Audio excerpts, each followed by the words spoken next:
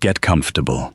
Tonight we are going to talk about a war, a quiet, patient, endless war that was fought in every house in England, every day, in the larders and the cellars and the kitchens, and that no one ever entirely won.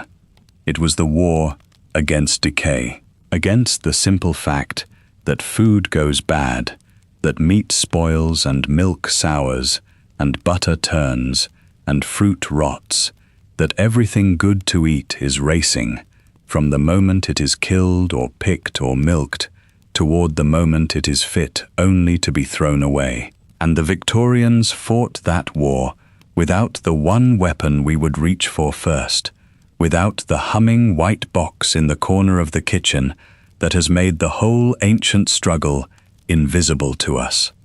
Think about that for a moment, because it is genuinely difficult to imagine. You have a refrigerator. Almost everything you eat has spent time in one. You buy food, and you put it in the cold box, and it waits for you, obediently, for days or weeks, and you think about spoilage perhaps once a month, when something at the back of a shelf surprises you. Now take the box away. Take away the freezer, and the cold shelf in the shop, and the chilled lorry that brought the food to the shop, the whole invisible cold chain that stretches from the field to your kitchen. Take all of it away and ask what you would eat tonight, and what you would do with what was left, and what you would eat tomorrow. That was the question the Victorians answered, every single day, in every house in the land. Before we go any further, if you enjoy this kind of history, the close and quiet and human kind, take a moment to subscribe and to leave a like. It helps this small channel more than you would think. And if you would like to, leave a comment telling me where you are listening from and what the hour is where you are. I always like to know who is out there in the quiet. Now let the room around you grow still and let us go back. It is the 1880s in England. The place is a house, any house, and in it there is a room or a cupboard or a corner of a cellar that is the coldest place the household can contrive, and in that place is everything the family has to eat. There is no ice in it, most likely. There is no machine. There is a stone shelf, perhaps, and a small window facing north, and a wire mesh across the window to keep the flies out. And that mesh is very nearly the whole of the defense that stands between this household and the spoiling of its food.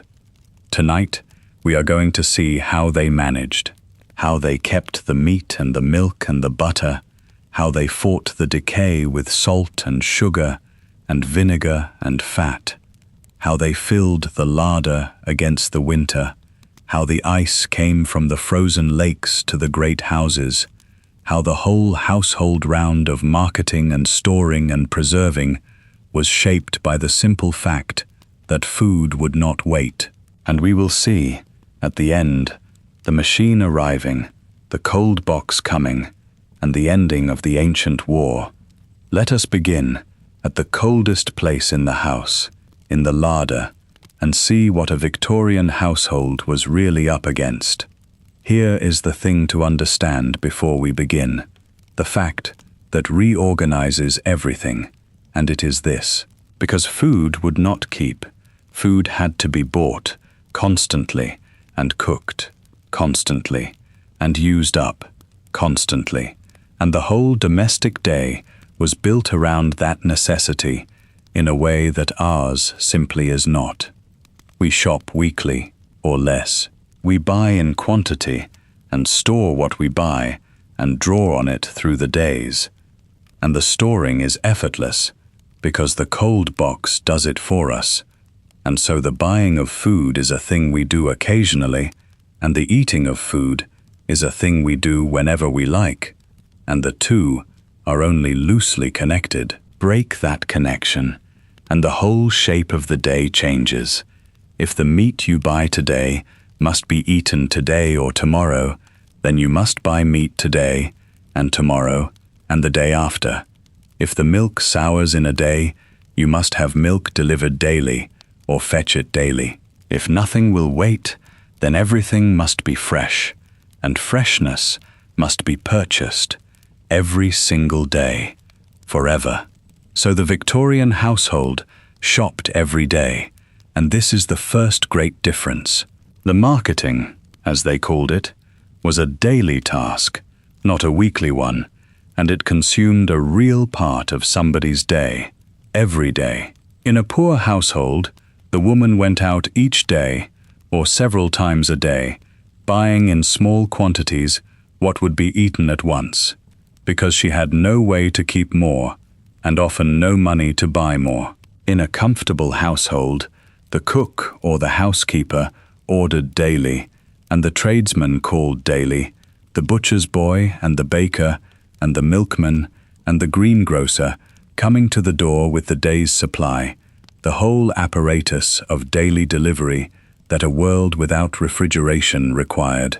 The food came in every day, because it had to, because yesterday's food was already going, and there was nothing anyone could do to stop it but eat it. And the second great difference follows from the first, which is that nothing was wasted, and leftovers were not an afterthought, but a serious and organized part of cookery. When the roast came off the table, it did not go into a box to be forgotten. It went into a chain of dishes, planned in advance, that would use it up before it turned. The hot joint on the first day, the cold cuts on the second, the made dish on the third, the hash or the risole or the mince, the bones to the stock pot, the fat rendered and saved, the whole animal followed down through the week from the roast to the soup, deliberately, by a cook who knew exactly how long she had. The Victorian cookery books are full of this, whole chapters on the using up of cold meat, because the using up of cold meat was one of the central skills of the kitchen, and a cook who could not do it wasted food, and wasted food was wasted money. Keep that in mind as we go, the daily buying and the systematic using up, because they are the two great rhythms that a world without cold imposes, and everything else we look at tonight sits inside them. Let us go now to the coldest place in the house, and see where the food actually lived. So let us go into the larder, the cold room, the heart of the whole business, for the larder was where the fight was fought, and its design tells you exactly what the household was fighting. The larder was a room, or in a smaller house a large cupboard, and everything about it was contrived toward one end, which was cold. It was placed, if the builder had any sense, on the north side of the house, the side that never sees the sun in England, so that no sunlight should ever fall on its walls and warm them. It was often set low, at or below the level of the ground, in the coolest part of the house, and in many houses it opened off the basement or the back where the sun did not reach. Its walls were thick, its floor was stone or tile, cold underfoot, holding the chill, and its shelves, the good ones, were slabs of stone or slate or marble, thick and heavy and cold, for stone holds the cold and gives it back slowly, and a marble shelf in a north-facing room is a genuinely cool place to set a dish of butter. And it had a window, and the window is the most interesting thing about it, because the window was not there for light. It was there for air, a high, small window, often set up near the ceiling, and it was not glazed, or not only glazed, but covered with a mesh, a fine screen of perforated zinc or wire gauze, and that mesh was the whole point. It let the cold night air move through the larder, keeping it cool and dry and stirring, because still damp air breeds mold, and moving cold air does not, and it kept out the flies. That mesh is worth sitting with for a moment, because a food writer once put the whole thing beautifully, describing the larder of our grandmothers as having only a wire mesh between it and the outside elements, and that is precisely it. Between the family's entire food supply and the open air of an English summer, with everything that flies in it, there was a sheet of perforated zinc. That was the barrier. That was the technology. A cold room, a stone shelf, and a mesh across the window, and the whole defense of the household's food rested on those three things and on the skill of the people who used them. So the larder was cool, but let us be exact about how cool, because this matters. It was cooler than the kitchen, certainly, which with its range, roaring all day, was the hottest room in the house. It was cooler than the outside air on a summer day. On a winter night, it was very cold indeed, near enough to freezing. But on a hot, still August afternoon, a north-facing stone-floored larder in an English house was perhaps a few degrees cooler than the room outside it, and that is all. It was not a refrigerator. It bought you time, a day, 2 days, 3 at the outside for some things, and then the war was lost and the food was gone. The larder was not a solution. It was a delay, and everything else the Victorians did with food was an attempt to turn that delay into something longer. If the larder only bought time, then something else had to buy the rest, and the Victorians had 4 great weapons in the war against decay, 4 ways of making food last far beyond the few days the cold shelf could give it. They were salt and sugar and acid and the shutting out of the air. Every method we are going to look at tonight is one of those 4, or a combination of them, and they are worth understanding at the root, because once you see what they are doing, you see the whole logic of the old kitchen. And what they are all doing, every one of them, is the same thing. They are making the food into a place where the things that rot it cannot live. The Victorians did not know this, not at first, not in the way we know it. The knowledge that decay is caused by living organisms, by the invisible creatures that swarm in the air and on every surface, was arriving across exactly these decades, in the work of the men who founded the science of germs, and by the end of the century it was understood. But the methods were far older than the understanding. People had been salting meat for thousands of years without the least idea why it worked. They knew that it worked. They had learned, over uncounted generations of trial and failure and hunger, that certain things kept food and certain things did not, and they passed the knowledge down as craft, as recipe, as the way it is done, long before anybody could explain it. So let us begin with the greatest of the 4, the oldest and the most important, and that is salt. Salt preserves because it draws the water out. Put meat in salt or in a strong brine, and the salt pulls the moisture out of the flesh, and it pulls the moisture out of the small living things that would otherwise spoil it, and neither they nor the rot they cause can proceed in a dry, salty place. That is the whole of it, and it has been known and used since before history, and it is the reason salt has been one of the most valuable substances in the world for the whole of human civilization, fought over, taxed, traded across continents, because salt was not a seasoning. Salt was survival.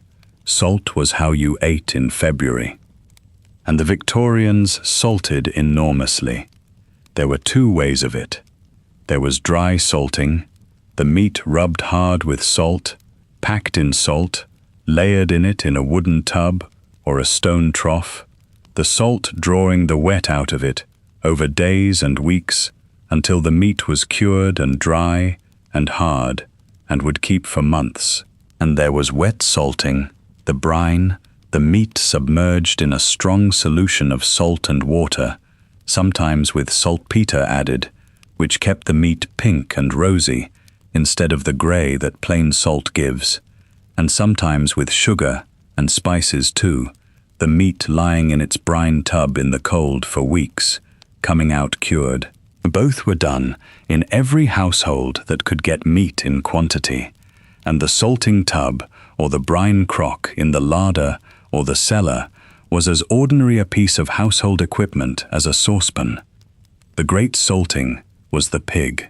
In the country, a family that could keep a pig kept one, fed it through the year on scraps and gleanings, and killed it in the late autumn when the weather turned cold, and then the whole household turned to the preserving of it, and this was one of the great domestic events of the year.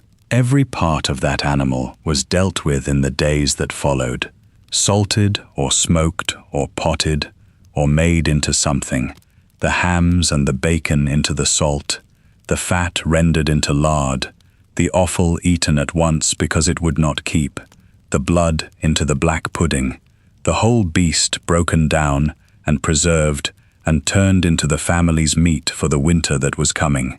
And when it was done, the flitches of bacon and the hams hung in the kitchen or the chimney, and there was meat in the house until spring.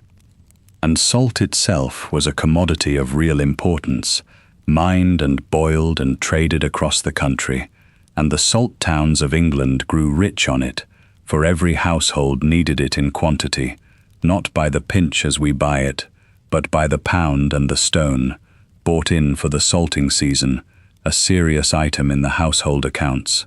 There had been taxes on salt in earlier times that were bitterly resented, precisely because salt was not a luxury, but a necessity of survival, and to tax salt was to tax the poor man's ability to keep his food, and the salt tax was among the most hated of all. By the Victorian period, the tax was gone in England, and salt was cheap and abundant, and this cheapness was itself quietly important, for cheap salt meant that a poor family could still preserve what little it had, and the salting tub in the cottage was, in its way, one of the small foundations of survival.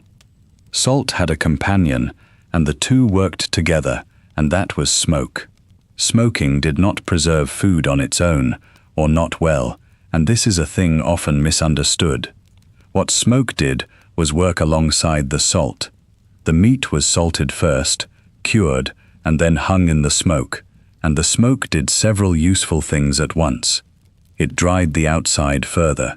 It laid down on the surface a coating of the substances in wood smoke, which are hostile to the small life that causes rot, and which slow the fat from going rancid, sealing the meat in a kind of preservative varnish of its own smoke, and it made it taste extraordinary, which was not the point, but was certainly a benefit, and is the reason we still smoke food now that we have no need to. In the country, a family might smoke its bacon in the great chimney of the kitchen fire, hanging the flitches up in the smoke of the wood fire that burned all day anyway, so that the household's meat cured slowly in the smoke of its own hearth through the weeks after the killing, and the bacon that came down tasted of the fire it had hung over. Larger establishments had a smokehouse, a small building given over to the purpose, where the meat hung in the controlled smoke of a slow, smouldering fire. Either way, the principle was the same: salt first and smoke after, the two together making meat that would hang in a cool place for months and be good. And there was a third and simpler way that belongs with these, and that was drying, plain drying, the oldest of all. Take the water out, and nothing can rot. In a hot, dry country, you can do this with the sun alone, and people have done, for all of history. In England, you cannot, or not reliably, for the English air is damp, and the English sun is unreliable, and meat left out to dry in it will go bad long before it goes dry. So the English dried what they could, in the ways they could, in the warm air above the fire, in the cooling oven after the baking was done, in the airing cupboard, and they dried the things that would dry, the herbs and the beans and the peas and some of the fruit, And for the rest, they used salt, because salt does by chemistry what the sun does by heat, and salt works in the rain. There is something worth noticing in that the preservation methods of a people are dictated by their weather. The people of hot, dry lands dry their food. The people of cold lands freeze it. The English, in their mild, grey, damp island, could do neither reliably. And so the English became a nation of salters and picklers and potters, of brine tubs and vinegar jars, because those were the methods that worked in a climate that offered neither reliable sun nor reliable frost. The English larder is a portrait of the English weather and the great English preserved foods, the bacon and the hams and the pickles and the potted meats and the jams, are all answers to the particular problem of keeping food in a country that is never hot enough to dry it and never cold enough to freeze it. The second weapon was sugar, and sugar does what salt does, by the same means, and it is worth understanding that the jam on your toast is a preserved food and was invented as one. Sugar draws the water out, exactly as salt does, and a thing packed in enough sugar is as inhospitable to decay as a thing packed in enough salt. That is why jam keeps, not because of the fruit, and not because of the boiling, though the boiling helps, but because of the sheer quantity of sugar, which is very much more than you would ever put in fruit for the taste of it. A jam is fruit and sugar in something like equal weight, pound for pound, and that ratio is not a matter of sweetness. It is the ratio at which the sugar concentration becomes high enough that nothing can live in it. Every jam recipe you have ever read is, underneath, a preservation formula, and the sweetness is a side effect of the chemistry. And so the great fruit harvest of the summer and autumn, which arrives all at once in an overwhelming glut and would be gone to rot within a week, was turned into sugar and put in jars, and this was one of the great labors of the domestic year. The preserving season came in the late summer, the fruit ripening in its waves, the strawberries and the raspberries, and the currants, and then the plums and the apples and the pears and the damsons, each in its short season, each arriving in quantity, and each having to be dealt with at once. And so for weeks the kitchen turned to preserving, the great pans of fruit and sugar boiling, the whole house smelling of it, the jars filled and sealed and set away on the larder shelves, row upon row of them, the summer captured in sugar and stored against the winter. There were the jams and the jellies, the fruit boiled with its sugar to the setting point, potted hot, sealed.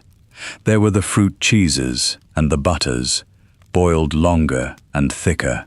There were the marmalades, the bitter oranges arriving from Spain in the depth of winter, in January, in their brief season, and the whole household turning to the making of the year's marmalade in the cold dark of the new year, which is why marmalade making is a winter job to this day, and why it feels so strange that it should be.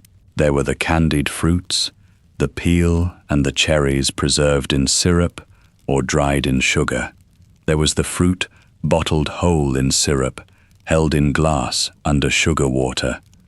And when it was done, the larder shelves were full, and the family would eat the summer through the winter, the strawberries of June on the toast of January, the plums of September in the pudding of March, the whole bright abundance of the growing season held in glass and sugar on a cold shelf in a north-facing room. There is something rather wonderful in that. The summer stored, the year's sweetness caught and kept, and it was the work of women, almost entirely, the long hot labor of the preserving season, standing over the boiling pans in the summer heat, filling the jars that would feed the family in the dark months. And when you open a jar of jam now, you are opening the last surviving relic of that whole enormous system, a preserved food that nobody needs to preserve anything anymore, kept on because we liked the taste of the answer better than we ever minded the problem.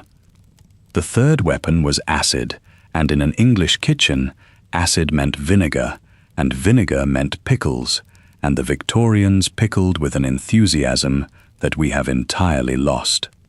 Acid preserves because the small life that spoils food cannot tolerate it. Make the food sour enough and nothing will grow, and the food will keep, and that is pickling. Put the thing in strong vinegar, or in a brine that will ferment and make its own acid, and the acid holds the decay off, and the thing keeps for months or years in its jar. It is the same logic as the salt and the sugar, a hostile environment. Only the hostility is sourness rather than dryness. And the Victorian pickle jar held very nearly everything.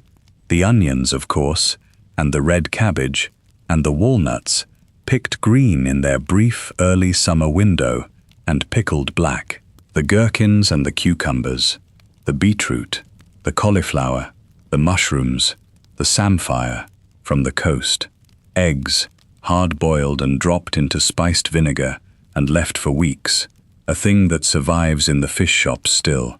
Fish, the herrings, and the mackerel, soused in vinegar. There were the great compound pickles, the piccalilli with its mustard and turmeric and its mixed vegetables, brilliant yellow, and the chutneys that had come home from India with the empire and taken root in the English larder and never left. The mango chutney and its many English imitations made with apples and onions and dried fruit and vinegar and spice. The pickle shelf was one of the fixtures of the larder, the ranked jars of dark and colored things in their vinegar, made in the autumn when the vegetables came in, eaten through the year, and they served a purpose beyond mere keeping, which is worth naming, for the Victorian winter diet, once the fresh vegetables were gone, was a dull and heavy thing. The salt meat and the bread and the root vegetables and the pickle was the bright, sharp note in the middle of all that stodge, the thing that woke the mouth up. A slice of cold salt beef and a spoonful of piccalilli is a very much better dinner than a slice of cold salt beef, and the Victorians knew it. The pickle was preservation, and it was also relief. And the same principle, more gently applied, gave the age its ketchups, which were not what you are thinking. A Victorian ketchup was a thin, dark, savory sauce, preserved with vinegar and salt, made of mushrooms most often, or of walnuts, or of oysters, cooked down and strained and bottled, and used as a seasoning, a spoonful into a stew or a gravy to give it depth. Mushroom ketchup was in every kitchen. The tomato version was a latecomer and an American enthusiasm, and it is the only one of the whole family that survives in the ordinary kitchen now, sitting in its plastic bottle, the last of the Victorian ketchups, its ancestors forgotten. There was a fifth thing, which is not quite a weapon but belongs with them, and that is that a great many foods preserve themselves, and the Victorians knew exactly which ones, and built their winter around them. The root vegetables keep. That is their whole biological purpose, for a root is a plant's own larder, a store of food laid down to survive the winter and grow again in spring, and a potato, or a carrot, or a turnip is a thing evolved for keeping. So the roots went into the cellar, or into a clamp, which was a heap of them piled on the ground and covered over with straw, and then with earth, a simple mound in the corner of the garden that would hold potatoes right through the winter, and was how a great part of England stored the staple of its diet. The apples keep, some of them, if you choose the right kinds, and the choosing was an art. There were early apples that would not last a fortnight and were eaten at once, and there were the keeping apples, the hard late varieties bred and selected over centuries precisely for their ability to sit in a loft until March. And a good garden grew both, and the storing of them had its rules, learned by hard experience, that they must be laid out on slatted shelves or on straw in a cool, dry, airy loft, and above all, that no apple must touch its neighbor, because one rotten apple genuinely does spoil the barrel, the rot spreading by contact from fruit to fruit, and the saying is not a metaphor, but a piece of practical fruit storage advice that has outlived the practice. The onions keep, strung up in ropes and hung. The nuts keep. The dried peas and beans keep for years. The grain keeps, and the flour, for a while, if the mice can be kept out. The hard cheeses keep and improve. The honey keeps forever, and did for the whole of history, before sugar came cheap. The eggs keep a little, longer if sealed. So the winter diet built itself out of these self-keeping things, the roots from the clamp, and the apples from the loft, and the onions from the string, and the peas from the jar, joined to the salted meat, and the pickles and the jam. That was the winter table, and it was heavy and starchy and monotonous by our standards, and it kept England alive for 1,000 years, and every element of it was chosen, over centuries of trial, for the single quality of being able to wait. The fourth weapon was the shutting out of the air, and it produced one of the most characteristic and most forgotten of all the old preserved foods, and that is the potted things, the meat and the fish sealed under a lid of fat. The principle is simple and rather elegant. Much of what spoils food needs air, and if you can seal the food away from the air entirely, you slow the rot considerably. And the Victorians had a sealant that was cheap and available in every kitchen, and that set hard and airtight and could be melted and poured. They had butter and lard, and any fat that came off any animal, saved and clarified and kept. So the potting went like this. The meat was cooked thoroughly, and often salted or spiced first, and then it was pounded, in a mortar, to a fine paste, worked until it was smooth, and had no air in it at all, and it was pressed hard into a pot, a small china or earthenware jar, packed down tight, so that no pockets of air remained anywhere in it, and then over the top was poured a layer of clarified butter, melted, and it ran down and covered the surface completely, and sank into every crack, and it cooled and set hard, and now the meat was sealed under a lid of fat, cut off entirely from the air, and in a cold larder that pot would keep for weeks, and could be carried, and sat on a shelf, and was opened when it was wanted, and eaten with bread, and it was very good. Potted beef, potted ham, potted tongue, potted chicken, potted shrimps, which survive still and are a lovely thing, the little brown shrimps under their spiced butter, potted salmon, potted herring, potted cheese. The whole family of potted foods filled the larders and the picnic baskets and the travelling hampers of the age, and they were among the great English delicacies, and they were, at bottom, a preservation technique. The butter was not there to make it delicious, though it does. The butter was the lid, and there is a lovely honesty in the fact that the seal only held while it held. Once the butter was broken, the pot was open, the air was in, and the thing had to be eaten. A potted meat was a sealed unit, kept until it was opened and then finished, which is exactly how a tin works, and the potted pot was, in a real sense, the tin that came before the tin, the sealed, preserved portion sitting on the shelf waiting for its moment. And the same principle, the exclusion of air, ran through other corners of the larder. Eggs, which the hens laid abundantly in spring and hardly at all in the depth of winter, were preserved against the shortage by sealing their shells, which are porous and let the air in through thousands of tiny holes. They were rubbed with fat, or dipped in a solution that filled the pores, or, most commonly by the later century, packed in a crock and covered with a solution of water glass, which sealed them completely and kept them edible for many months, so that the eggs of the spring glut were eaten in the winter dearth.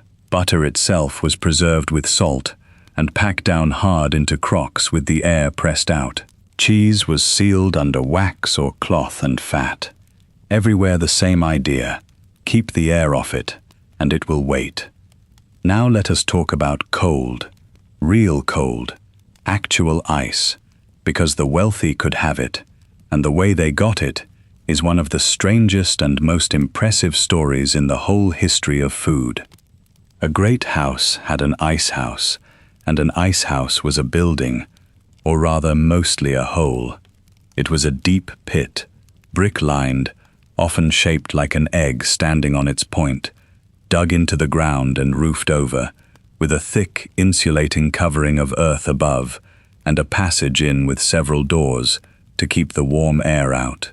It was usually set on the north side of a slope, in the shade, under trees, drained at the bottom so that meltwater ran away, and it was one of the fixtures of a great estate, sitting out in the grounds, often disguised under a grassy mound or a bit of ornamental planting, so that many of them survive still, unrecognized, in the parks of old houses.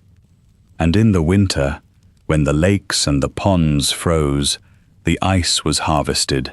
The estate workers went out onto the frozen water and cut the ice into blocks, and hauled them in, and packed them down into the ice house, layer upon layer, and between and around the layers went straw or sawdust, which is a fine insulator, and the whole pit was filled with a solid, packed mass of ice and sawdust, and the doors were shut. And then the ice sat there, in the dark, under the earth, slowly melting through the year, the meltwater draining away at the bottom, and the mass of it holding its cold well enough that there was still ice in that pit in July and August, months after the last frost, in the height of an English summer. Think about what that meant. It meant a great house could have ice in the summer, could chill its wines, could make its ice creams and its elaborate frozen puddings, could keep its food properly cold in the hot months, and this was an extraordinary luxury, and it announced itself as one. The ice pudding at a summer dinner party was a display of wealth as plain as the silver, because everyone at the table knew what it took: the ice house, the winter harvest, the labor of the men on the frozen lake, the whole apparatus of an estate, all of it standing behind that one cold, sweet thing on the plate in July. And then, across the century, something remarkable happened, which is that ice became an industry and a trade. Ice was cut in vast quantities from the frozen lakes of North America, and above all from the lakes and rivers of Norway, and it was packed in sawdust and loaded into ships and carried across the sea, and it arrived in England, in the docks, still frozen, and it was sold. There were ice merchants and ice wharves and great commercial ice stores, and the ice was delivered around the towns by cart, and by the later decades of the century, a household of moderate means in a town could buy ice, delivered, and keep it in a box. The ice trade was one of the strangest enterprises of the age, an entire international commerce in frozen water, sailing ships crossing the North Sea and the Atlantic loaded with nothing but ice, cut from foreign lakes, melting slowly, all the way, arriving with enough left to sell at a profit. It was a real business, and a large one, and it lasted until the machines came and killed it, and the whole thing has now vanished so completely from memory that most people do not know it ever happened. And the ice house gave the great kitchen one of its most spectacular capabilities, which was the frozen pudding, And the Victorians took this to extraordinary lengths. There were the ice creams, made by hand in a pewter pot, set in a bucket of ice and salt, for salt mixed with ice makes it colder still, and the mixture beaten and scraped by hand as it froze. There were the water ices and the sorbets, and there were the great molded ice puddings, frozen in elaborate shapes in metal molds packed in ice, turned out at the table in the form of fruits and flowers and towers, the showpiece of a summer dinner, and the cook who could bring one off had a real and rare skill. All of it rested on the pit of winter ice out in the grounds, and all of it announced to everyone at the table the wealth of a household that could command cold in July. The ice that came off those ships went, in the towns, into a piece of furniture that deserves a proper look, because it is the direct ancestor of the machine in your kitchen, and it worked on quite a different principle, and it was called, confusingly, a refrigerator. The icebox was a wooden cabinet, handsome enough to stand in a kitchen or a pantry, lined inside with metal, zinc, or tin, and between the wood and the metal was packed insulation, sawdust, or cork, or charcoal, or ash, whatever would hold the cold in. At the top, or in a compartment at one side, went a block of ice, bought from the iceman, and below and around it were the shelves where the food went. And that was the whole machine.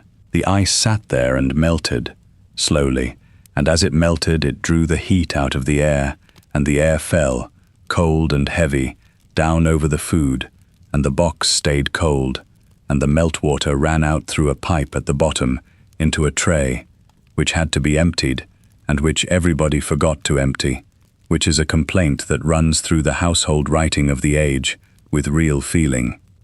And it worked, not as well as ours works, and not as coldly, and it depended entirely on the iceman coming, which meant it depended on a whole commercial chain of harvesting and shipping and storing and delivery, stretching back to a frozen lake in Norway. But it worked, and it changed things for the households that had one, giving them, for the first time, a genuinely cold place that did not depend on the weather, a box of winter that could be bought and kept in the kitchen in August. That word refrigerator, by the way, meant this.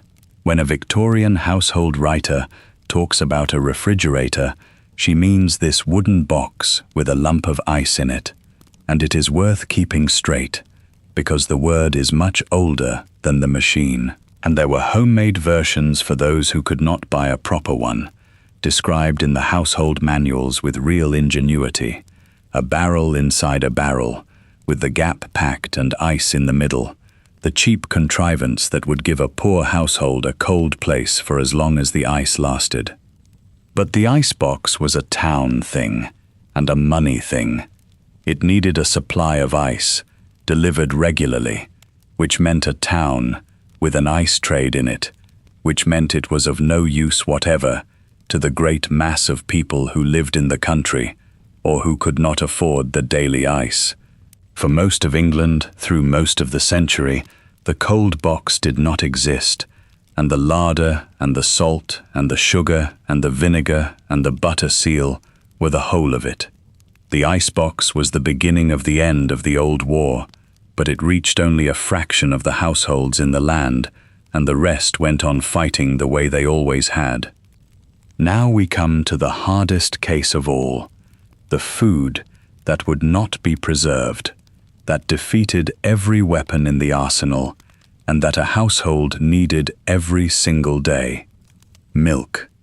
Milk is a terrible thing to keep. It is warm when it comes out of the cow, and it is a rich liquid full of everything that small life needs to thrive, and it goes sour fast, in hours in warm weather, and there is very little you can do about it. You cannot salt it, you cannot pickle it, you cannot dry it, not with the technology of the day.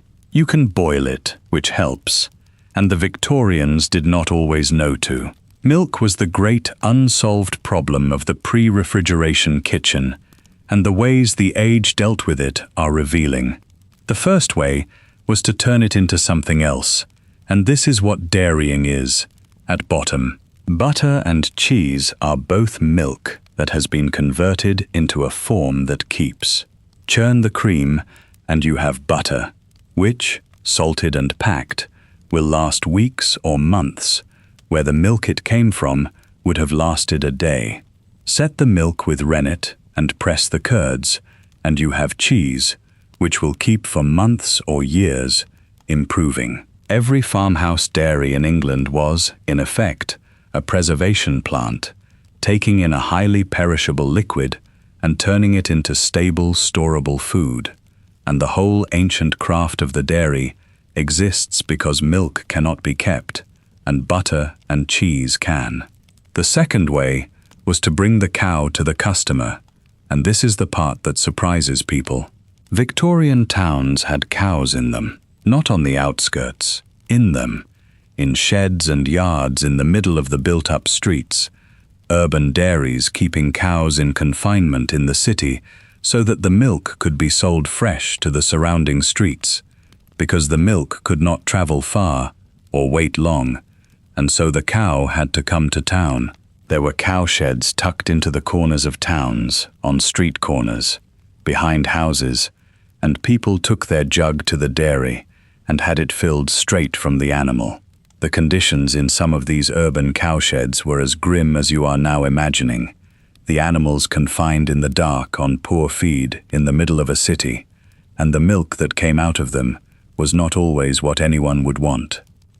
And the third way, and here we come to the ugly part, was that the milk was very often not really milk.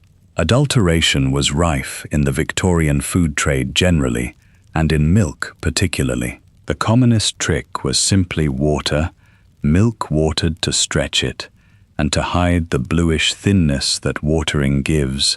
Other things went in, chalk to whiten it, or worse. Preservatives were added to hold the souring off, and some of them were substances no one would knowingly drink. The whole food supply of the age had this problem. The tea leaves dried and used again and sold on, the bread whitened with alum, the beer and the wine doctored, the whole adulteration scandal that ran through the century until the food laws finally began to bite in the 1870s and after, and slowly cleaned it up. And the railway changed the milk problem more than anything else did, for once there were fast trains, milk could be brought in from the country in the churns, milked in the evening and in London by morning, and the milk trains ran into the cities every day, carrying the countryside's milk to the towns, and the urban cowshed began to die, and the milk got better and safer and cheaper. It was the railway, not any preservation technique, that solved the milk problem by making the distance short enough that the milk did not have time to spoil. When you cannot make the food last longer, make the journey shorter. That was the other answer, and in the end it was the one that worked. Let us follow the fish, briefly, because fish was the hardest case after milk, and the ways England got it inland are a small epic of their own. Fish spoils faster than almost anything. A fish, out of the water, in a warm room, is unfit within a day, and for the whole of history before the railway, this meant a simple and brutal fact, that fresh fish was a coastal food, and inland England did not eat it. If you lived 30 miles from the sea, you ate no fresh sea fish, ever, in your life, unless you were rich enough to have it gallop to you on horseback, packed in whatever cold could be contrived, which a very few great houses did, at absurd expense. So inland England ate its fish preserved, and it ate a great deal of it, and the preserved fish of the age were formidable things. There was the salt cod, dried hard as a board, that had to be soaked for days before it could be cooked at all. There were the herrings, which arrived in enormous shoals and were preserved in every way anyone could devise, salted in barrels, smoked into kippers and bloaters and reds, pickled and soused. The herring was the great, cheap protein of the poor across northern Europe for centuries, and it was cheap precisely because it could be caught in vast quantity and preserved immediately at the port and shipped anywhere and kept. And then the railway came, and it changed this utterly and quickly. A fish landed at a port in the morning could be in a city market inland that same afternoon, packed in ice from the ice merchants, still good, and suddenly inland England could eat fresh sea fish for the first time in its history. The fish trains ran, and the fish spread inland, and it was cheap, and it arrived at exactly the moment when the towns were filling with poor industrial workers who needed cheap food. And out of that meeting, of the railway and the ice and the cheap fresh fish and the hungry industrial town, came something that is now so thoroughly English that nobody remembers it had to be invented: the fried fish shop. Cheap fresh fish, fried in batter, sold hot in the street to working people, joined at some point in the later century to the fried potato, and there it was, the national dish, born out of a logistics revolution. Fish and chips exists because the railway and the ice trade together solved, for the first time, the problem of getting a fish inland before it spoiled. Let us stand at the back door of a house in the morning and watch the food come in, for the daily marketing was a real institution, and the traffic of tradesmen to the door was one of the fixed rhythms of the household day. They came every day, and they came to the back, to the tradesman's entrance, never to the front. The butcher's boy with the day's meat, on his bicycle with the basket on the front, or with the cart, bringing what had been ordered that morning or the day before. The baker with the bread, daily, because bread goes stale in a day, and there was no keeping it. The milkman with his churn or his cans, ladling the milk into the household's own jug at the door, and coming twice a day in hot weather, because the morning milk would not survive till evening. The greengrocer, the fishmonger, the grocer's boy with the dry goods, each in his turn, at his hour, at the back door, every day, and the whole street had the same procession passing along it every morning, the food of the town being distributed house by hand. And somebody in the house had to deal with all of them, which meant the cook, or the housekeeper, or in a smaller house the mistress herself. There was the ordering, deciding what would be needed, which meant deciding what would be eaten, which meant planning the meals of the day and the next day, and knowing what was already in the larder and what state it was in. There was the receiving, the inspecting, the checking of the quality and the weight, because tradesmen were not always honest, and the woman who did not look at what she was given got what she deserved. And there was the accounting, the books kept with each tradesman, settled weekly or monthly, the whole running credit of the household's food. This was a real skill and a real daily labor, the management of the food supply, and it fell on women, and it was one of the central competences of a housekeeper's life. She had to know what things cost, and what they should cost. She had to know how to judge meat and fish by eye and by nose, whether it was fresh, how long it would keep, because there was no date printed on anything, and no one to complain to afterwards. She had to plan the whole eating of the household several days ahead, in her head, against a larder whose contents were changing and decaying by the hour. It was a logistics problem, solved fresh, every day, forever, and it was so completely a woman's job and so completely unremarked that nobody at the time thought to call it a skill at all. And notice what it meant for the woman who did it. She could not go away. Somebody had to be there when the tradesman came, had to order, had to receive, had to plan. The food had to be attended to every day because it arrived every day and spoiled every day, and this tied a woman to her house with a chain of small daily necessities that our own weekly shop and our own cold box have quietly dissolved. The refrigerator did not merely keep the milk. It let the woman leave the house.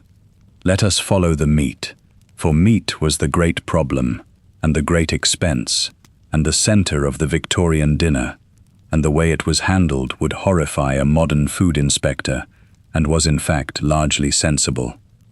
Meat came from the butcher, fresh, in the sense of recently killed, and the killing had happened close by, for animals were driven live into the towns and slaughtered near where they would be eaten, because a live animal keeps itself, and a dead one does not. Every town had its slaughterhouses in the middle of it, and the great cattle markets brought the live beasts in from the country, on the hoof or by rail, and the meat was killed and butchered and sold and eaten within a few days, all within a few streets, because there was no other way to do it. And the meat did not go into a cold box. It hung in the larder, on hooks from the ceiling, or in the meat safe, that wooden cabinet with sides of perforated zinc or gauze that let the air through and kept the flies out, standing in the coolest place available, sometimes outside in the shade, in a north-facing corner. The joint hung in the moving air, and the air dried its surface slightly, and the dry surface resisted the rot a little, and it kept, for a few days, in the cool. And here is the thing that surprises people, which is that meat was hung deliberately, and for a long time, and this was not neglect but technique, game especially. A pheasant or a hare was hung, by the neck, in the cool larder, for days and days, a week, longer, until it was, by any standard we would now apply, well on its way.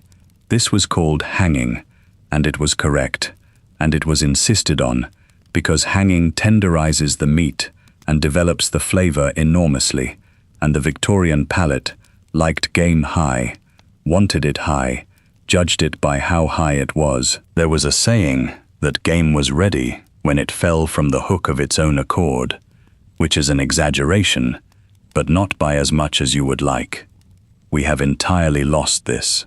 We have decided, with our cold chain and our food safety, that meat should be fresh and mild, and the taste for high game has gone with the larder that made it. But it was a real and considered practice, and it worked, and the beef that was properly hung for weeks in a cold larder was better beef than most of what we eat, which is why the good butchers still hang their beef in a chilled room now, doing on purpose and under control what the Victorian larder did by simply being cold and airy. And the meat safe deserves a last word, that wooden cabinet with its gauze panels, because it was the single most common piece of food storage furniture in England, in every kitchen that could afford one, standing in the cool corner, its mesh doors letting the air through, the day's meat and the butter and the cheese inside it, safe from the flies and cool in the moving air. It is entirely gone now, replaced, and hardly anyone under a certain age has seen one, and for a century it was where the food of England lived. Let us pause over one of the strangest facts in the whole business, which is that the Victorians ate a great deal of food that we would now consider to be actively going off, and considered it a delicacy, and they were not wrong. We have met the hung game already. The pheasant left on its hook until it was, by our standards, well gone. But the principle runs much wider than game, and once you see it everywhere. What is a ripe cheese? It is milk that has been deliberately and carefully allowed to be transformed by living organisms over months, in a controlled rot, and the more transformed it is, the more we pay for it. What is a well-hung steak? Meat that has been left to age until enzymes have broken it down. What is beer? or wine, or cider, fruit or grain that has been deliberately allowed to ferment, which is to say to be eaten by yeasts, and the product of that eating is what we drink. What is bread? Flour that has been deliberately fermented before baking. What is a pickle? A proper fermented one, or sauerkraut.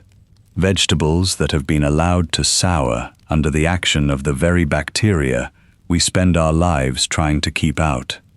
The line between preservation and spoilage turns out to be, very largely, a matter of which organisms you let in and how far you let them go. Decay, controlled and directed and stopped at the right moment, is not the enemy of food. It is half of cookery. The Victorians, without any theory of what they were doing, had a whole culture built on this, on the careful management of controlled decay. The cheeses and the hung meats and the beers and the ferments, and they knew to an hour when a thing was right. And what we did, when we finally got the cold and the science and the safety, was to become frightened of the whole business. We pushed the line back. We decided that food should be fresh and mild and unchanged, and that any transformation at all was suspect, and we lost the taste for the high and the ripe and the fermented, or very nearly, keeping only a few licensed survivals, the cheese and the wine, and treating the rest with suspicion.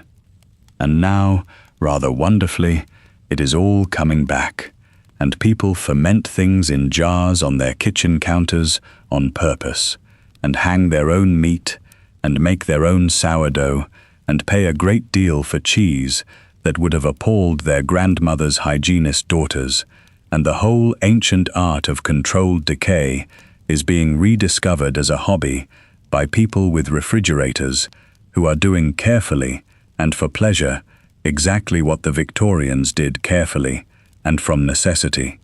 We should name the enemy properly, because we have talked about decay as though it were an abstraction, and it was not. It had legs and wings and teeth, and it came into the larder every day, and the fight against it was constant and physical and largely disgusting. The flies were the worst. An English summer produces flies in quantities we have largely forgotten, because we have screens and sprays and, above all, because we have removed from our streets the two things that bred them, which were horses and open refuse.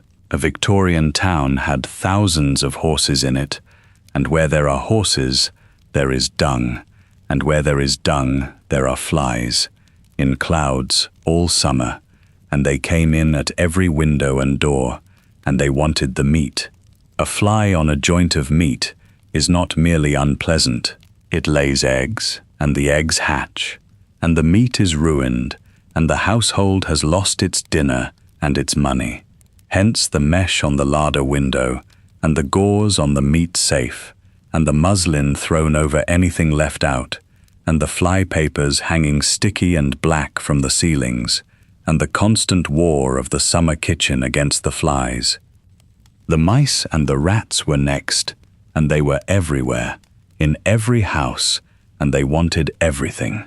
They gnawed into the stores, the flour and the grain and the dried things, and they got at the candles, which were made of fat and delicious to them, and they fouled what they did not eat. Hence the tins and the crocks and the covered jars, the food kept in vessels a mouse cannot chew through, the whole storage culture of lidded stoneware and metal that a house with rodents in it must adopt. Hence the cat, which was not a pet, but staff. The moths and the weevils got into the dry goods, the flour and the meal, and the peas and the biscuit, and a sack of flour left long enough would develop its own quiet population. The mold got onto everything in a damp, still corner, which is why the larder wanted moving air. The rancidity crept into the fats and the butter, which is why they were salted and sealed and kept cold and dark. And behind all of it, unseen and unsuspected for most of the century, the thing that was actually doing the work the bacteria, the invisible life that swarms on every surface and in every mouthful of air, that the Victorians could not see and did not know about and were fighting blind. They were fighting an enemy they could not detect, with weapons they did not understand, and they were fighting it to a draw, mostly, on the strength of accumulated practical wisdom handed down for generations. And then, in the middle decades of the century and after, the science arrived, the work on fermentation and putrefaction, and the germs that cause them, and suddenly the whole thing made sense. The salt worked because of what it did to the organisms. The heat worked because it killed them. The seal worked because it kept them out. Every old craft technique turned out to be a correct answer to a question nobody had been able to ask, and the science, when it came, did not overturn the old methods. It explained them. And now we come to the thing that changed everything, or began to, the invention that broke the whole ancient problem open. And it began, as so many things do, with an army that needed feeding. Toward the end of the 1700s, the French government offered a large cash prize to anyone who could find a way to preserve food in quantity for its armies, because an army that cannot carry its food cannot march far or fight long, and the campaigns of the age were limited by the seasons and the harvest. And a confectioner named Nicolas Appert set himself to the problem and worked at it for years, and he found the answer. He found that if you put food into a glass jar and sealed the jar tight, and then boiled the sealed jar in water for long enough, the food inside did not spoil. It simply did not. It sat in its jar, sealed, and stayed good for months, for years. He published his method in the year 1809, and he was given his prize, and he had, without in the least understanding what he had done, invented the most important preservation technique in history. For he had no idea why it worked. Nobody did. It would be some 50 years before Louis Pasteur showed the world that decay is caused by living organisms, and that heat kills them, and that a sealed, sterilized jar keeps, because there is nothing alive left inside it, and nothing can get in. Appert had stumbled onto sterilization half a century before anyone could explain it, and he had done it by patient trial and error, and it worked perfectly, and he did not know why. That is one of the great facts of the history of food, and it is a lovely example of how craft runs ahead of science, how people find the answer long before they find the reason. The glass jars were awkward, though heavy and fragile, and given to exploding, and the improvement came quickly from England, where a patent was taken out in 1810 for doing the same thing in a container of tin-plated iron. The tin can was born, and it did not explode, and it could be knocked about and shipped anywhere in the world, and within a few years, canned food was going to sea with the Royal Navy and to the Arctic with the great expeditions, and a tin of veal, opened years after it was sealed, was found to be perfectly good, and the Royal Society declared the thing one of the great discoveries of the age. But it was expensive, at first, absurdly so, because every can was made by hand, and the cooking took hours, and the whole process was slow and laborious, and so for the first half of the century, tinned food was not a poor man's staple, but a rich man's novelty, a curiosity, a status symbol in the middle-class kitchen, the exotic tinned thing brought out to show. And the early cans had their dangers, for the seams were sealed with solder that contained lead, and lead is poison, and there is a strong suspicion that lead from the tins contributed to the deaths of a famous Arctic expedition that vanished in the ice, its men perhaps poisoned in part by the very food that was meant to keep them alive. And then across the middle decades of the century, the machines came, and the tin stopped being a novelty and became the most important food in the world. The making of cans was mechanized, so that instead of a man hammering out one can at a time, they poured off a line by the thousand. The cooking was worked out and shortened, from 6 hours to something like half an hour, once it was understood how to raise the temperature properly. The seams and the seals were improved and improved again, until by the later 1880s, the caps could be attached by machine with a double seam that needed no solder at all, which made the tins both cheaper and safer at a stroke. And the price fell, and fell, and the tin came down from the rich man's curiosity cabinet onto the ordinary kitchen shelf. By the 1870s and 80s, this had begun to change what ordinary people ate, in ways that were genuinely new. There was tinned meat, and above all the corned beef that came from South America in its distinctive tin, cheap and keeping forever and needing no cooking, that appeared in the 1870s and was taken up by the working classes with enthusiasm, sliced into sandwiches, a cheap meat that a poor family could actually afford and could keep in the cupboard without any larder at all. There were tinned fruits, the peaches and the pears and the apricots and the pineapple, which appeared in the middle-class store cupboard through the 1880s and made a pudding possible in 5 minutes, in February, fruit out of season, fruit from the other side of the world, sitting on a shelf, waiting. Think about what that meant. For the whole of history before this, what you ate was what your climate grew, in the season it grew in, or what you had managed to preserve at home from your own short harvest. The tin broke that. The tin meant that the abundance of a Californian orchard or an Argentine cattle station could be sealed at the moment of its ripeness and carried across the world and opened, unchanged, in a kitchen in Manchester in the middle of winter. It collapsed distance and it collapsed season, both at once, and it did it cheaply enough for ordinary people. The tin was the first crack in the wall that had penned every human diet inside its own local harvest since the beginning. And the frozen meat followed in these same years, for the ships learned to carry cold, the refrigerated holds, arriving in the 1870s and 1880s, and the mutton and beef of Australia and New Zealand and Argentina came halfway round the world, frozen solid, and arrived in England fit to eat and cheap. The English working man began, in the last decades of the century, to eat meat regularly, and it was not English meat. It was meat that had been killed on the other side of the planet, and frozen and shipped, and it was the cold chain, the first great cold chain, reaching all the way round the world into the poorest kitchens in England, and it changed the national diet more in 20 years than it had changed in the previous 500.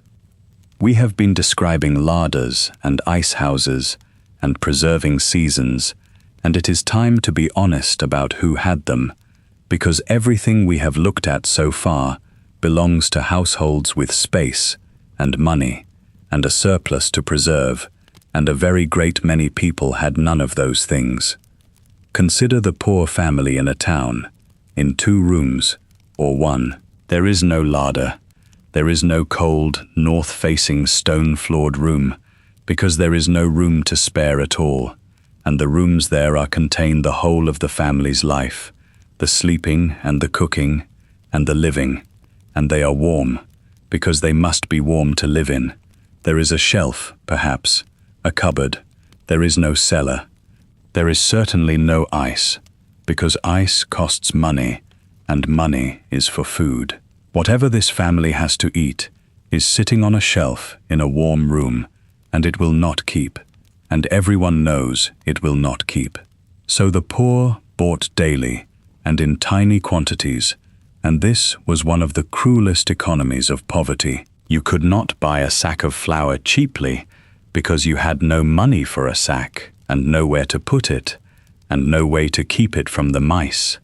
You bought a cupful at the little shop on the corner at a far higher price per pound than the sack would have cost, and you did the same tomorrow. You could not buy the cheap large joint. You bought the scrag end, an ounce of tea, a screw of sugar, a farthing's worth of milk, a candle, all in the smallest possible quantity, all at the worst possible price, every day, forever, because you had neither the capital to buy in bulk, nor the place to keep it if you had. Poverty is expensive, and this was one of the plainest ways in which it was, and the lack of any means of storage was one of the great taxes on the poor, and so the poor ate what did not need keeping. Bread, which was bought fresh daily, and was the great staple. Potatoes, which keep themselves. Tea, dry. Cheap bacon, salted already. Whatever could be got that day and eaten that day. And they had no preserving season, no jars of jam on the shelf, no hams hanging, no crocks of salt pork, because you cannot preserve a surplus if you never have a surplus. And the whole beautiful cycle of the harvest, and the preserving, and the full larder that we have been admiring, belonged to people with gardens and money, and space and time, and not to them. And in the country, a labouring family was better placed, sometimes, if they had a garden and could keep a pig, and then they did have their preserving season, the pig killed and salted, the vegetables in the garden, the fruit picked wild from the hedges and made into jam if sugar could be found. The rural poor could sometimes do what the urban poor could not, could catch a little of the year's abundance and hold it. But the urban poor, packed into their rooms with no store and no cold and no surplus, lived hand to mouth by necessity, buying tiny and dear every day and eating it before it turned. So when we picture the Victorian larder, the stone shelves and the ranked jars and the hanging hams, we should remember that we are picturing a comfortable house, and that the picture is a picture of a certain level of prosperity, and that for a great many English families in that century, the whole science of preservation we have been describing was simply irrelevant, because you cannot preserve what you never have. Let us walk the year now, for the whole business of keeping food gave the Victorian calendar a shape that ours has entirely lost, and following it round is the best way to feel how differently they lived inside the seasons. The spring came, and it came hungry. This is the part we forget most completely.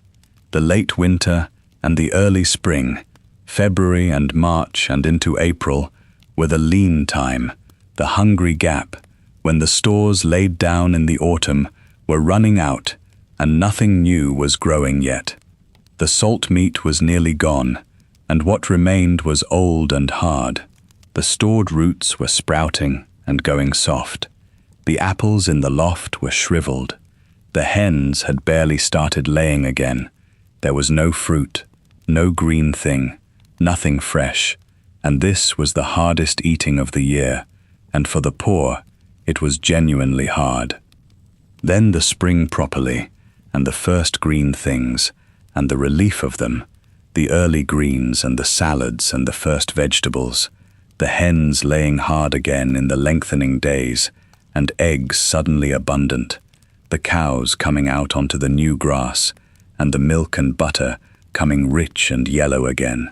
The spring was the return of freshness after months without it, and the pleasure of that first fresh food is something we cannot feel, because for us there is no season, and the first asparagus is just another week's shopping. Then the summer, the abundance, everything at once, the fruit coming in waves, and with it the great preserving labor, the kitchen boiling with jam through the hot months, the jars filling, and the summer was also the dangerous time, the season when the food would not keep at all, when the flies were worst, and the milk soured in a morning, and the meat had to be watched hour by hour, when the war against decay was hardest fought and most often lost. Then the autumn, the harvest, the real business of the year, the gathering and the storing, and the laying down of everything that would carry the household through. The fruit finished, the vegetables in, the roots stored in sand or straw in the cellar or the clamp, the onions strung, the apples laid out on the loft floor, not touching each other, so that one rotten one should not spoil its neighbors, the nuts, the last of the jam, the pickles made, and the killing, in the late autumn when the weather turned cold enough, the pig salted down, the meat put by. The autumn was when the household filled its larder for the siege of winter, and the fullness of that larder in November was the measure of whether the family would eat well or badly until spring. Then the winter, living on the stores, the salt meat and the pickles and the jam and the roots, the diet narrowing and dulling as the weeks went on, the fresh things a memory, the larder emptying shelf by shelf, and then the spring, and the hungry gap again, and round it went. That was the year, and every year was that year, and it had been that year for 1,000 years, and the whole rhythm of it, the abundance and the labor and the storing and the narrowing and the lean gap, is simply gone from our lives. We eat the same food in February as in August. Our year has no shape at all in the matter of food, and the great cycle that ordered human eating for the whole of history was dissolved, quietly, within a couple of generations, by the tin and the ship and the machine. There is one more corner of this worth opening, and it is the question of what a Victorian kitchen was actually equipped with to fight this war, because the tools tell you the story as clearly as anything. Go and look at the shelves and the cupboards. There are the crocks, the big glazed stoneware jars with their heavy lids, for the salt pork, and the eggs in their solution, and the butter packed down, vessels a rat cannot chew, and air cannot easily reach. There are the jars, glass ones by the later century, for the jam and the pickles, and the whole business of sealing them, the discs of paper, dipped in brandy, laid on the hot jam, the covers tied down with string, the wax poured over, all the small, careful rituals of making a jar airtight without any of the modern lids we take for granted. There are the tins and the caddies for the dry goods, the tea and the flour and the sugar, lidded against the mice and the damp. There is the salting trough or the brine tub, wooden, big, sitting in the cellar or the outhouse, the thing the pig went into. There is the meat safe with its gauze. There is the bread crock. There is the butter cooler, that clever little unglazed earthenware dome that you soaked in water and set over the butter dish, and the water evaporated slowly through the porous clay, and evaporation takes heat, and the butter under it stayed cool and hard on a hot day.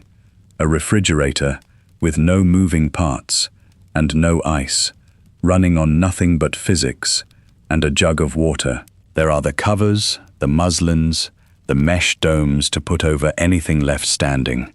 There is the mortar too, the big heavy one, for pounding the potted meats to their airless paste, and the preserving pan, the great wide brass or copper basin that came out for the jam season and went away again, and the jelly bag, and the sieves, and the funnels, and the whole apparatus of the preserving kitchen.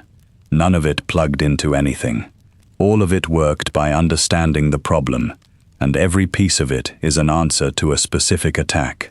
The crock against the rat, the mesh against the fly, the wax against the air, the porous clay against the heat. It was a whole technology, complete and coherent and clever, developed over centuries, and it sat in every kitchen in England, and within about 50 years of the machine arriving, nearly all of it was in an antique shop, mysterious, its purpose forgotten, sold as decoration to people who have never once in their lives had to wonder whether the meat would last till Thursday. We should ask the plain question, since we have been dancing around it, which is whether the food was safe and whether people got ill. And the answer is yes, and it is worth being straightforward about. Food poisoning was ordinary. It was a normal part of life, an expected hazard, a thing that happened to everyone from time to time and was born as one of the facts of existence. The stomach upset, the bad oyster, the meat that turned out to be further gone than it looked, the milk that was off, the summer diarrhea that came round every hot season. These were commonplaces of Victorian life, and they were treated as commonplaces. People simply expected to be made ill by their food occasionally, and got on with it, and the modern expectation that food should be reliably and invisibly safe would have struck them as a fantasy. It was worse than an inconvenience for the vulnerable. The summer diarrhea that swept through the towns every hot season fell hardest on the very young, and the infant death rate rose every summer with the temperature. And much of that was the milk that could not be kept, that soured and worse in the heat, fed to babies out of bottles that could not be properly cleaned. This is the grimmest fact in the whole subject, and it should be stated plainly and then left alone. When the milk supply was finally made safe, by refrigeration and by the heating process that Pasteur's work made possible and that bears his name, the summer deaths fell, and they fell dramatically, and that improvement is one of the great quiet victories of the modern world. But we should not overcorrect into imagining a population constantly poisoned, because they were not. They were, in fact, extremely good at this. Generations of practical knowledge had produced a domestic craft that worked most of the time, and the woman who ran a larder knew her business. She knew by smell and by touch and by look what was still good and what was going and what must be cooked today, and she was right nearly always, because she had been doing it all her life, and her mother had taught her, and the consequences of being wrong were immediate. The nose is an excellent instrument, and they trusted it, and it served them well. There is something worth saying in favor of that. They knew their food, they knew what it was, and where it had come from, and how old it was, and what state it was in, because they had to, because nothing was hidden, and nothing was labeled, and there was no authority to trust. We have handed all that knowledge over to the cold chain and the printed date, and we have gained enormously in safety, and we have lost the knowledge entirely, so that a great many people now cannot tell whether a thing is good or not without reading the packet. That is a fair trade, on balance, and I would not go back. But something real was known then that is not known now. Let us stand in the larder for a while and simply take it in, the whole sensory world of it, because a Victorian larder was one of the great sensory places of the house, and there is nothing like it left anywhere in our lives.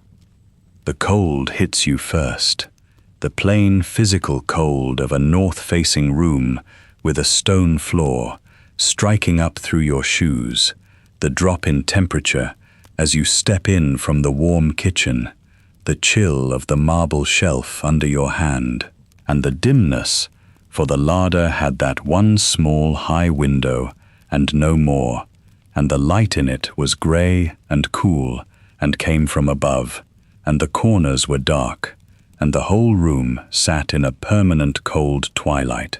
And then the smell, and the smell is the thing, because a larder smelled of everything in it at once, all the time.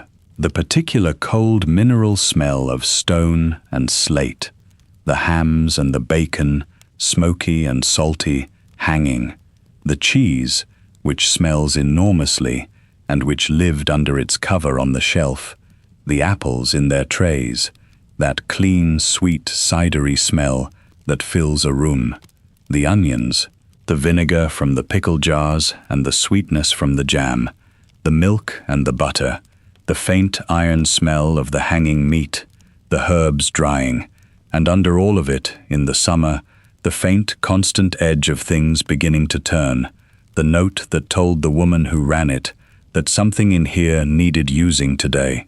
It was a complicated smell, a living one, changing with the season and the week, and everyone who grew up with a larder remembered its smell for the rest of their lives, and there are people alive now who will tell you about their grandmother's larder, and it is always the smell they mention first. And the look of it, which was beautiful, though nobody thought so at the time, because it was simply the room where the food was. The ranked jars of jam and pickle in their rows on the shelves, glowing dark red and purple and gold when the light caught them, the hams in their muslin, the crocks and the stoneware, the eggs in their bowl, the butter in its dish under its cover, the bread in the crock, the whole abundance of a household's food, laid out on shelves in a cold grey room, arranged by a woman who knew exactly what was where, and how old it was, and what must be eaten first. We have no room like this. Our food lives in a white box behind a door, in a cold electric dark, invisible until we open it, silent and odorless and unchanging. The larder was a place you went into, a room with weather in it, that smelled of the year, that you walked around, that told you at a glance and a sniff exactly how your household stood. It was the memory of the house, in a way, holding the summer's fruit and the autumn's pig through the winter, and it is one of the rooms that the 20th century quietly deleted from the English house, and nobody noticed until it was gone. And now the machine and the ending of the war, and it did not arrive the way you would expect. In the kitchen, it arrived first at sea, and in the brewery, and in the slaughterhouse, and it took another 40 years to reach the ordinary home. The principle had been understood for a long time, that if you compress a gas and then let it expand, it grows cold, and that this can be done over and over in a loop to pump heat out of a box and make the inside of that box cold, and that this needs nothing but power and a machine and will run as long as you feed it. Mechanical refrigeration, the actual working machine, was developed across the middle decades of the century, and it went, first, where the money was and where the need was largest. It went into the breweries, because beer wants a cold cellar, and the brewers were rich. It went into the meatworks and the ships, and this was the great one, the refrigerated hold that let a vessel carry a cargo of frozen mutton from New Zealand to London and land it good. The trade that began in the 1870s and 1880s and remade the meat supply of Britain. It went into the cold stores, the great commercial warehouses at the docks and the markets, and into the ice factories, which is a lovely irony, because the first great use of the refrigeration machine was to manufacture ice, artificial ice, made in a factory in the summer, which promptly destroyed the whole international trade in natural ice cut from Norwegian lakes. The machine killed the ice ships by doing their job better in a shed. By the 1890s, mechanical refrigeration was a real and spreading industry, in the ships and the stores and the works, and it was already transforming what England ate, and it had not yet arrived in a single kitchen. The domestic electric refrigerator, the box in the corner, was a thing of the 1920s and after, and it spread slowly, and it was expensive, and it took decades to become universal, so that there were plenty of English households still keeping their food in a larder and a meat safe well into the middle of the 20th century, and there are people alive today who remember the arrival of the first refrigerator in their family home and remember it as a marvel. So the ending of the war was slow, and it came from the outside in. The cold reached England from the ships first, and the markets, and the shops, and only last of all the kitchen, and the larder held on, doing its patient job with its stone shelf and its mesh window for 2 generations after the machine was invented. And then, one by one, in the middle of the last century, the boxes arrived and hummed into life in kitchens all over the country, and the stone shelves were taken out, and the larders became cupboards, and the whole vast ancient apparatus of salting and potting and sealing and hanging and storing, which had shaped domestic life since before anybody could remember, quietly became a hobby. Before we finish, let us think about who did all this, because we have described an enormous body of skill and labor, and we have not been precise enough about whose it was. It was women's. Almost all of it, almost everywhere. The management of the larder, the daily marketing, the judging of the meat, the planning of the meals against what was turning, the great preserving labor of the summer, the jam and the pickles and the potting, the salting of the pig, the making of the butter and the cheese in the farmhouse, the sealing of the eggs. The whole immense annual and daily campaign against decay was run by women, in every household in the land, from the great house where the housekeeper commanded it, to the cottage where the wife did every bit of it herself. And it was skilled. That is the thing that needs saying plainly. This was not drudgery, or not only drudgery. It was a body of technical knowledge, real and considerable, learned over years, held in the head, involving chemistry that nobody could explain, and timing that nobody had written down, and judgment that could not be taught except by doing. To know how much salt for how long, to know when the jam had reached its setting point by the way it dropped from the spoon, to know that this ham was curing properly and that one was not, to know by the smell of a larder in the morning what had to be cooked today, to plan a week's eating out of a decaying stock.